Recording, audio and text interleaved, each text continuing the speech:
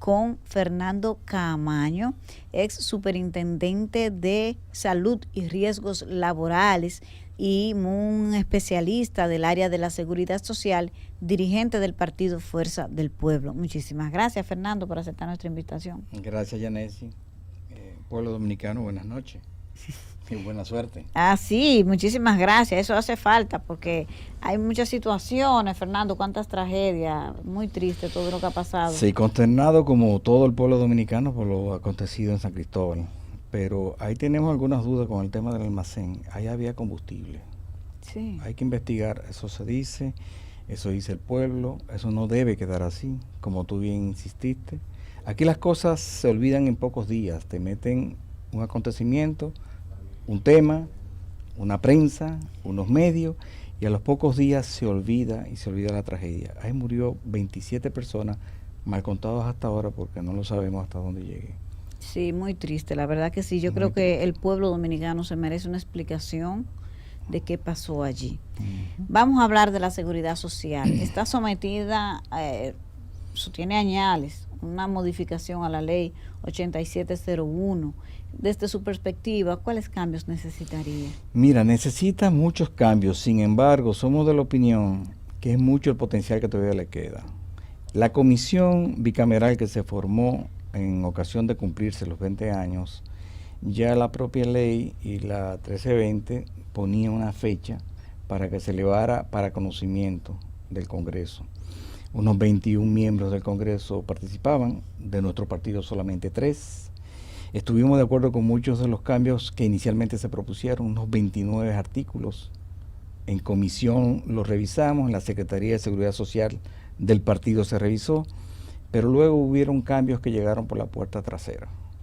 Y somos de la opinión que se hizo un trabajo inadecuado al final, que lo que hizo fue provocar que implosionara las posibilidades de la modificación de la ley. Y tenemos ligera sospecha de que las propias autoridades del gobierno ya no le interesaban. Fíjate que nadie salió a defender de parte del Estado, de parte del gobierno, de parte del sistema, que esa ley en esos términos fuese modificada. Fíjate que no tiene doliente, no le interesaba, al contrario, sospechamos que se hizo de esa manera para que implosionara. Y en efecto, eso es lo que ha sucedido. Sin embargo, nosotros como partido no contábamos cuando inicialmente le dimos curso al Seguro Familiar de Salud en los gobiernos de Leonel Fernández, una ley que no era nuestra ley, una ley que nunca nos gustó, pero por continuidad del Estado le dimos curso, la cumplimos e iniciamos los regímenes de financiamiento para el Seguro Familiar de Salud, tanto en el contributivo como en el subsidiado. Eso se olvida, sin embargo, nuestro gobierno y luego el de Danilo Medina del PLD llevó esa cobertura que hoy dice el director de SENASA que está en casi 100%. Voy a decir por qué. Lo dejó el gobierno pasado en 76% aproximadamente.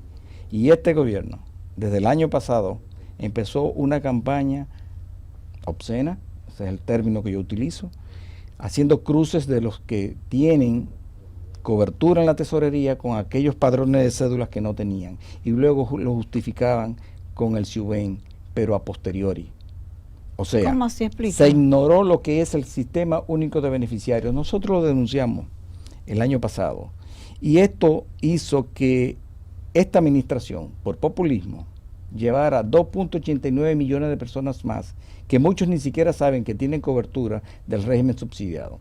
Entonces, yo te explico, Yanesi. Si se Pero dice, eso es bueno, Fernando. eso es bueno, pase voy automático. a explicar. Es bueno que tengamos el 100%, pero nos hacemos la pregunta. Este gobierno ha dicho que redujo la pobreza. Entonces hay una contradicción. El artículo 7 de la ley 8701 fue violada porque exige 3 regímenes de financiamiento. Hay un régimen de financiamiento con lo formal no ha sido formado, que es el régimen contributivo subsidiado. Pero si ahora te dicen que el 97% están, porque se elevó 2.89 millones de personas más en el subsidiado, te están diciendo que hay 2.89 millones más de personas pobres. ¿Ves la contradicción? No existe el sector informal de la economía. Borró No existen, hay dos regímenes. Los que contribuyen y tienen empleo y el resto que es pobre. Entonces Pero ellos pusieron todos los pobres ahí. Más que los pobres. Porque entonces tenemos 5.79, 5.8 millones de personas pobres. O sea, la pobreza creció. Nos alegra que tengamos más cobertura poblacional, pero entonces el gobierno tiene que explicar cuáles fueron los pobres que ellos dicen que han disminuido, si están todos en el subsidiado. Ya no hay más población que sumarle al Seguro Familiar de Salud. En todo caso, vamos a ver cómo se arregla la carga en el camino y entendemos que aunque fuese por proselitismo, por partidarismo, por populismo, esta persona hay que preservarle sus coberturas. Luego veremos quiénes pueden pagar y quiénes no. Pero ahora mismo no hay más que sumarle, porque se sumaron 2.89 millones de personas con llamadas telefónicas y haciendo cruces de padrón. ¿Para qué? La reelección, y de eso podemos hablar, y de la honestidad que dice el presidente. ¿Y eso en qué eso beneficia la reelección del presidente? Populismo, votos, simpatía. Mira, supérate. Te voy a comenzar a explicar lo que está sucediendo con los programas sociales. Todo tiene un color. Antes, en nuestro gobierno, procuramos de que no tuviesen color. Ahora es muy difícil. Ahora no te entregan una tarjeta y no te tiran una foto con ellos. La prensa se ha dado cuenta sobre eso. Yo quiero por eso hablar de la honestidad del presidente y de lo que él pide ahora, del poder de la honestidad. ¿Tú sabes cómo empieza la honestidad? Diciendo la verdad. ¿Qué hizo el presidente con tantos videos donde decía y justificaba? Inclusive él no apoyó, él fue en contra de la reelección de Hipólito Mejía. La misma doña Milagro Ortiz fue una abanderada del antirreeleccionismo y estuvo siempre del lado de Peña Gómez. ¿Y cambiar de opinión es un acto de deshonestidad? No, pero saberlo justificar es lo que espera el pueblo dominicano. ¿Cómo lo justifica el presidente? Ok, cambio de opinión, Yanesi. ¿Cómo lo justifica? No, porque la gente cambia de opinión, Fernando. Después de decir que es malo, aunque tenga el 100% de simpatía, la gente puede cambiar de opinión, pero no me diga que es honesto. Dime que cambiaste de opinión y luego justifícalo. El tema se está haciendo más extenso de lo que la gente piensa, porque lo podemos ver. Yo digo que es una patología en el gobierno. Vemos actitudes, bueno, nuestro colega, digo colega porque estamos en el mismo sistema, nosotros desde el punto de vista de la oposición, decía el doctor Jacín hoy que tenemos el mejor sistema de salud de Latinoamérica. Sí, el doctor Santiago Jacín. Y agrega, y de la América del Norte. Y yo digo, bien, si es de América del Norte, me gustaría que me digan qué otro país es. ¿Canadá? ¿Tenemos mejor sistema que Canadá? No. El Estados Unidos es muy ineficiente y caro. ¿Lo tenemos mejor que los Estados Unidos? O me queda México. ¿O hay más países en la América del Norte? ¿Mejor que México? Tampoco. Entonces, en 3 años de gobierno se construyó ese servicio tan eficiente de salud, mejor que todo. Parece que sí. Por eso entonces vamos al mismo tema de la honestidad. Estoy diciendo que esto es patológico, se está como diseminando como un virus. Vemos al amigo Juan Pablo Uribe hoy comparando, hoy o ayer, comparando al presidente de la República y diciendo que el presidente de la República es el restaurador del siglo XXI. Lo que quiero decir con esto, Yanes, y traerlo a colación, es que hay muchas hipérbolas, hay mucha exageración en las posiciones del gobierno. O están muy preocupados, están muy desesperados, o conocen cosas que no conoce el pueblo dominicano.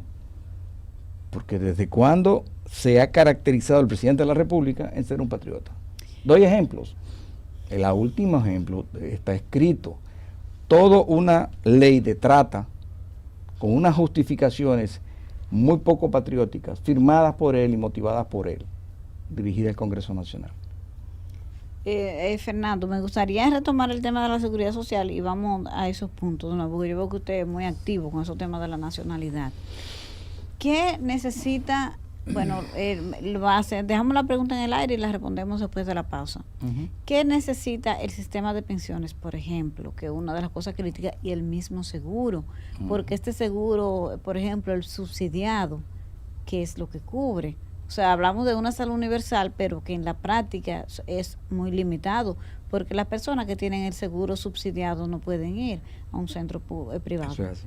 Entonces, vamos a escuchar su opinión después de la pausa. Llevamos 2 temas en el aire cuando nos fuimos a la pausa. La calidad del seguro, porque tú tienes un carnet y la gente que tiene el seguro subsidiado no puede ir a un centro de salud privado, con eso no le sirve.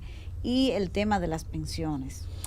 Vamos con el último, para que no dé el tiempo, porque es un poco más complicado. Mira, ahora mismo República Dominicana está pasando la vergüenza de tener estimado para sus próximos pensionados a partir del año 26, del 2026, 24% de tasa de reemplazo. ¿Eso qué quiere decir?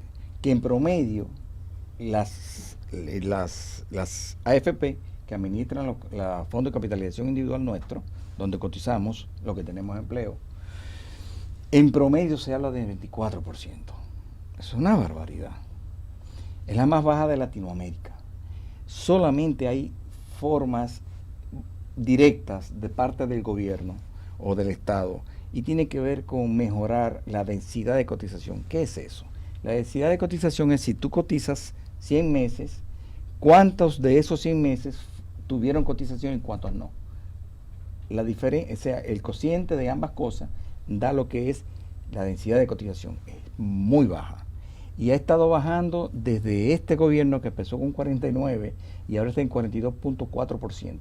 ¿Qué quiero decir con eso?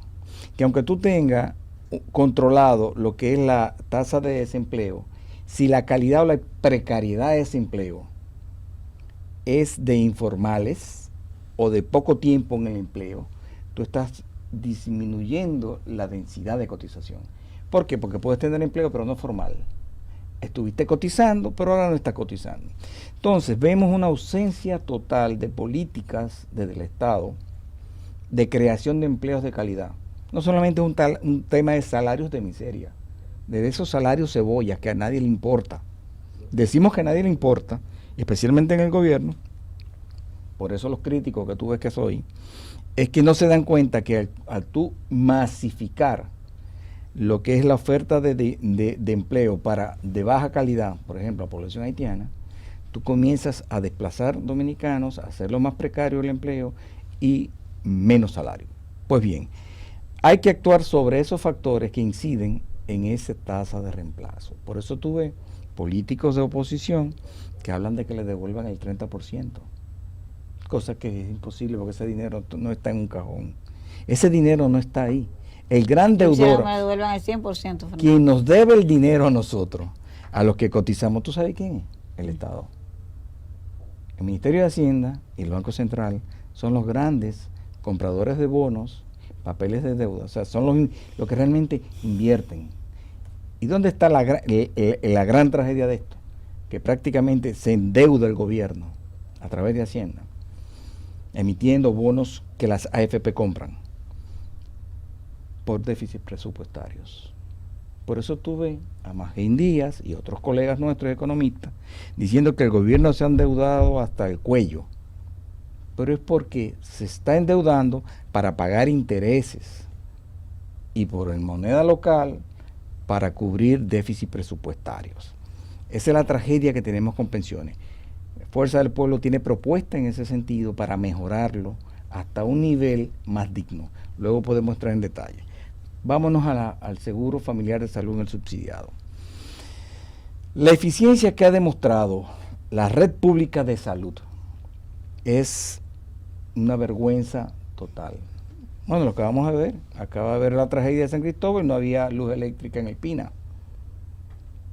Y hemos tenido partidos de oposición que aportar apoyo de nuestros médicos. Entonces, se cae a pedazos la red pública de salud. No es cierto, por eso nos reímos en parte de una manera y estamos apenados a que se diga que tenemos el mejor sistema de salud del hemisferio, cuando todos los hechos dicen que no. Entonces, El afiliado del régimen subsidiado acude a un proveedor que se llama Red Pública de Salud, pero hay falta de todo. Ahí se inaugura un local y todavía a los 4 meses no está habilitado con el equipo que corresponde.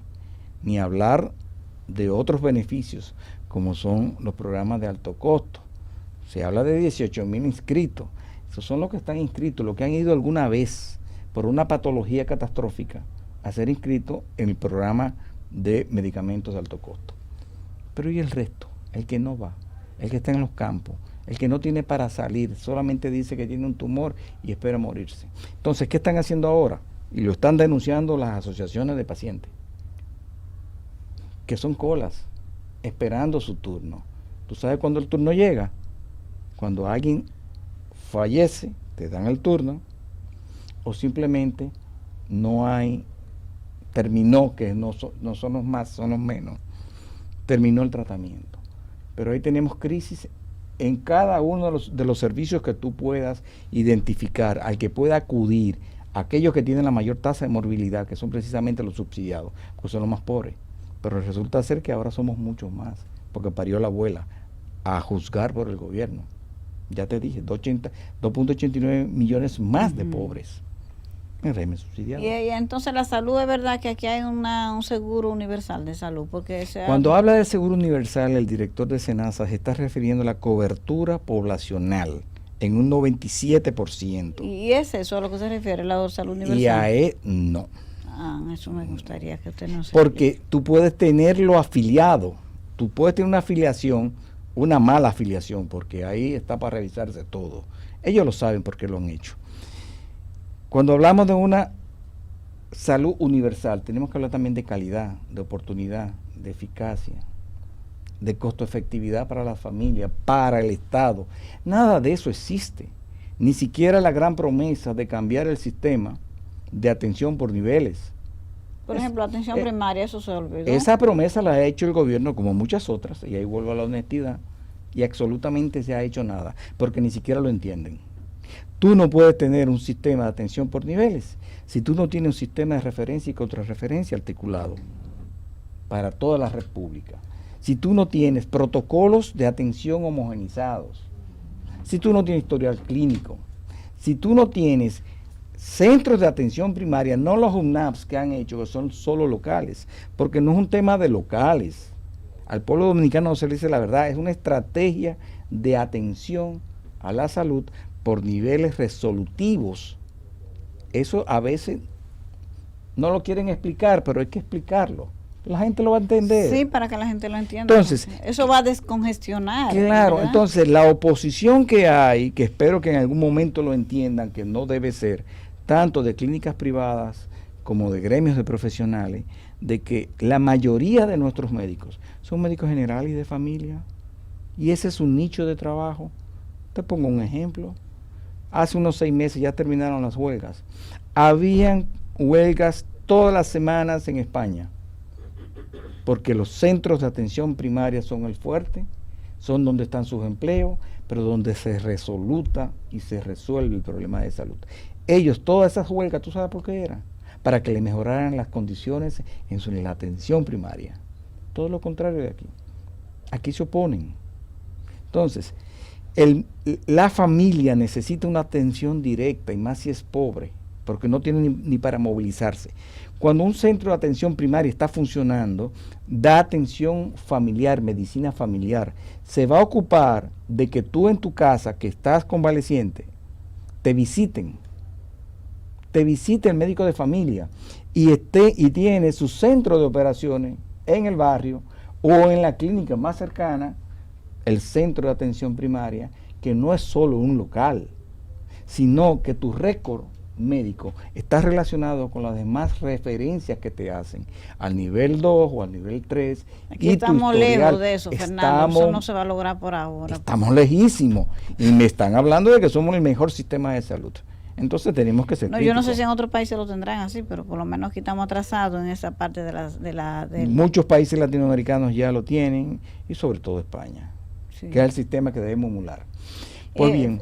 Fernando, me gustaría conocer su opinión sobre una propuesta que se hizo a raíz de que de la cobertura del alto costo que tiene para el gobierno económico sostener el programa, valga la redundancia, de medicamentos de alto costo, que eso, según dicen algunos, podrían asumirlo las ARS.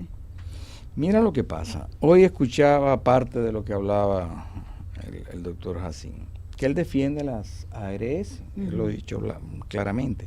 Nosotros no somos anti-ARS, nosotros fuimos reguladores por 8 años y 4 meses de las ARS.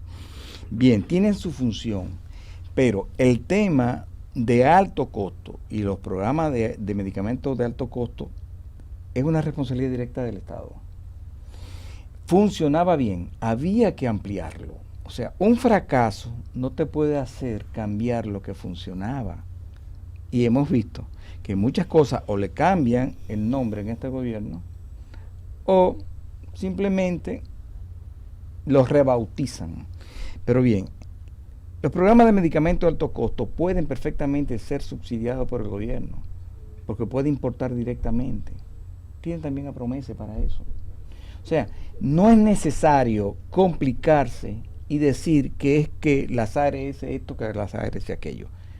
SENASA es una ARS, pero no tiene la posibilidad de asumir ellos 100% tampoco el costo, porque es un alto costo, lo dice, pero el Estado sí puede y debe.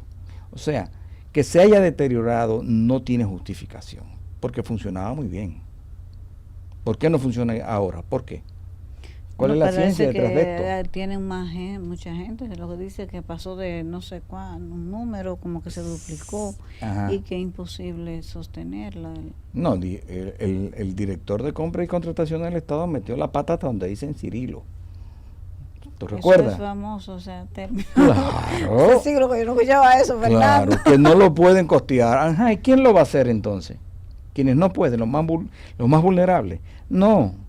O lo hace el Estado directamente o lo hace SENASA. Y si SENASA no tiene la plata hay que buscársela. Pero esa gente no se puede dejar morir. No, obviamente, eso no es una opción. Que no es opción. Hay que buscar una solución, pero una opción no puede ser decirle a la gente que no se le Sin puede embargo, cumplir. eso salió en prensa, te habla, se dice y se olvida. Como lo que está pasando en San Cristóbal. Vas a ver que esa tragedia en 2 semanas ya nadie se acuerda de los fallecidos. Ese es el gran problema de este país. Un tema saca el otro y cuando no se lo inventan. Y como este gobierno no nos da tregua, con escándalo, con todo tipo de nuevas noticias. Fernando, siempre hay un tema con los fondos de pensiones, siempre hay propuestas de distintas cosas que se pueden hacer. Incluso hay gente que dice que se pueden usar esos fondos para hacer proyectos inmobiliarios, para el sector de los trabajadores. ¿Qué usted piensa de cómo se pueden usar esos fondos? Mira, soy de la convicción de que tiene que ser para la pensión de las personas. En países como el nuestro se malvive, se sacrifican, hacen un ahorro, sienten que el sistema los engaña, que es el caso que ellos sienten hoy. El Estado tiene que venir con propuestas, nuestro partido las tiene, serán dilucidadas, discutidas y serán dadas a conocer por provincia inclusive en su momento. Entonces, no hay forma de decir que la inversión sea el tema. No, hay muchos problemas ahí. Bajo salario, ya te lo dije, poca densidad de cotización, una alta cotización que requiere el sistema actuarialmente, financieramente, pero eso no lo tolera el nivel de salarial que tenemos.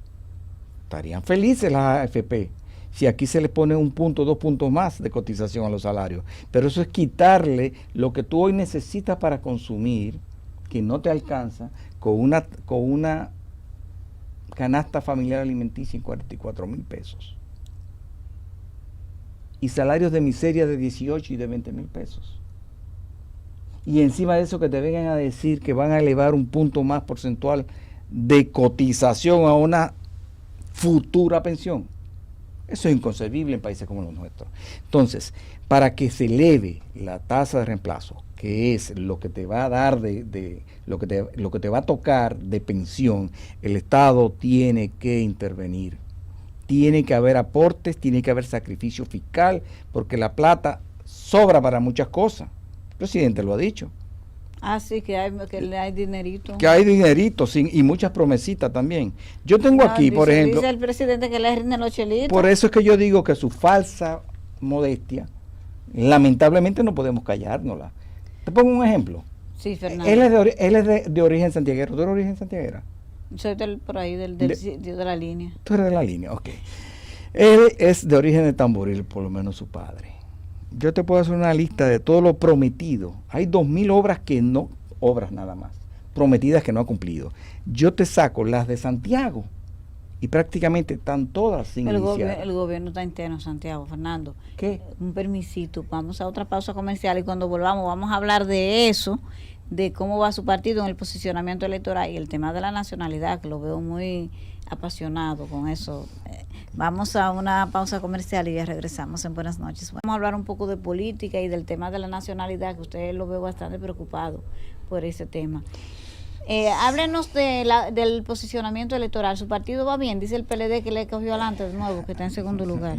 Bueno, cada quien puede decir lo que quiera, es como en el campo. Cada quien a lo suyo le pone un precio, un saco y se mete. Puede decir lo que quiera, pero los hechos son que hay prácticamente un empate técnico. Lo sabe el PRM y lo sabemos nosotros. Estamos hablando de 38 a 37 y el tercer lugar está bastante lejano, un 14, un 15. Y donde mejor está posicionado es en Santiago, pero es obvio. Pero bien. ¿Y por qué ese empate técnico? El gobierno dice que gana en primera vuelta con mucho poquito. ¿Qué ha hecho el gobierno para sustentar una verdad como esa? ¿Qué ha cambiado si todo se ha deteriorado? Si no ha cumplido nada. Yo te puedo sacar un listado de 2000 obras nada más físicas. O sea, de obras públicas que ha prometido. Mira, te voy a dar un pequeño detalle de Santiago. Le voy a hacer este favor a nuestro amigo de Santiago. La circunvalación de Navarrete. ¿No la hicieron? Nada se ha hecho. Puente de la Canela, nada. Terminales de transporte interurbano, nada. Remodelación del Centro de Cultura y la Casa de Arte, se inició pero está paralizado. Entonces, somos justos, ¿verdad? Sí, ese es lo para... Centro de Cultura de Sila Pepín, nada. Restauración de la calle Peatonal Benito, nada. Remodelación de la calle El Sol, nada. Remodelación del Hotel Mercedes, iniciado pero paralizado. Remodelación del edificio de correo, ninguna obra física, nada. Carretera Ámbar, entre Santiago y Puerto Plata. ¿Qué te parece? Nada. La carretera del Ámbar ya la están. Nada en absoluto, no. Martes 16 de mayo del 23, el gobierno anunció el inicio de la construcción de la autopista Ámbar con una inversión de $400 millones. Hoy, estamos en agosto, ya 17. Contando para atrás el año último, ¿verdad? Nada se ha hecho. Ampliación de la avenida Luperón, Gregorio Luperón, nada. El monorriel iniciado, 25,000 millones de pesos en contratación a Fernando, Sofratesa. Usted va cargando pesado ahí porque el gobierno se está mudado en Santiago. Este es un gobierno de Santiago. Mire, el presidente de Santiago, la vicepresidenta de Santiago, el presidente del Senado, Taller. Precisamente esto lo acusa. Por eso le estoy hablando a los santiagueros. Ellos están allá. Solamente el monorriel y tiene de cabeza a Santiago, el desorden que hay ahí, así como tiene la carretera. La carretera Duarte es un picadero de carne, lamentablemente. Los accidentes ahí son a diario por el desorden, la falta de planificación. O sea, lo que estoy diciendo aquí son cosas que la gente puede constatar. Entonces yo iniciaba todo este programa diciendo que la honestidad empieza con decir la verdad y luego cumplirla. El tema de la haitianización, mucho ilegal. Mira, a nosotros nos apena muchísimo cómo este gobierno juega la doble moral. Hay dos discursos. El presidente tiene un discurso más llevadero, públicamente de entendimiento con los organismos internacionales, aunque ha dicho que es incondicional de la ONU. Sin embargo, sus funcionarios, Pavel Issa, Seara Hatton, el grupo entero de Participación Ciudadana, son todos pro-haitianos. El pueblo dominicano tiene que entender que este gobierno nos entregó en manos de una población hambrienta, necesitada. Los índices de morbilidad ya lo dicen. No solamente es el tema de las parturientas. Aquí hay lepra ya. ¿Aquí? Aquí hay lepra. Lo sabe el ministro. Aquí hay un sinnúmero de patologías ¿Y en que cuáles habíamos... lugares se ha detectado eso, Fernando? Pues eso bueno, es preocupante. La semana que viene te venimos con más detalles sobre eso, pero mira lo que pasa. El gobierno tiene dos discursos. Le deja a sus funcionarios, lo que te mencioné, y muchos otros. Mientras él dice una cosa, es amagando y no dando. Pero cuando ha habido que firmar o mandar dispositivos legales, o más bien piezas legislativas al Congreso, hay que evidenciado el presidente de la República en sus compromisos. Entonces, están empobreciendo aún más al dominicano. El ministro de Agricultura dice en estos días que si Haití no existiera, aquí no hubiera agricultura. Haití existe desde antes que nosotros. Nos subyugaron y tuvimos agricultura. Vivíamos y éramos casi prácticamente autogestionados en alimentos. Y él dice que no existiera la agricultura si no existiera Haití. No, la agricultura que ellos gestionan. Esa es la agricultura que necesita la población haitiana, como también las élites de la construcción. Necesitan esa población, porque no se hace nada para prescindir de ellas. Entonces, el mercado laboral nuestro cada día es más paupérrimo, más precario, y luego dicen, que no puede haber tampoco una pensión decente. No puede haber una pensión decente si hay un mercado laboral deprimido, precario, abusivo en salarios. El salario real del dominicano tiene la capacidad de compra de finales de los 90. Gracias. ¿O no es así? Fernando, acabó el tiempo. Vea que pasa rápido aquí. Demasiado crítico quizás, ¿verdad? Usted es bien crítico, pero la democracia lo permite. Y nos dan, todos los días nos dan elementos de juicio para eso. Porque todos los días hay un escándalo, todos los días hay una metedera de pata. El gobierno es experto en eso. Muchísimas gracias, esperamos tenerlo de nuevo por aquí, Fernando. No se nos pierda así. Con gusto. Gracias, señores, y a ustedes por la sintonía de hoy. Mañana nos encontramos de nuevo en Buenas noches, buena suerte.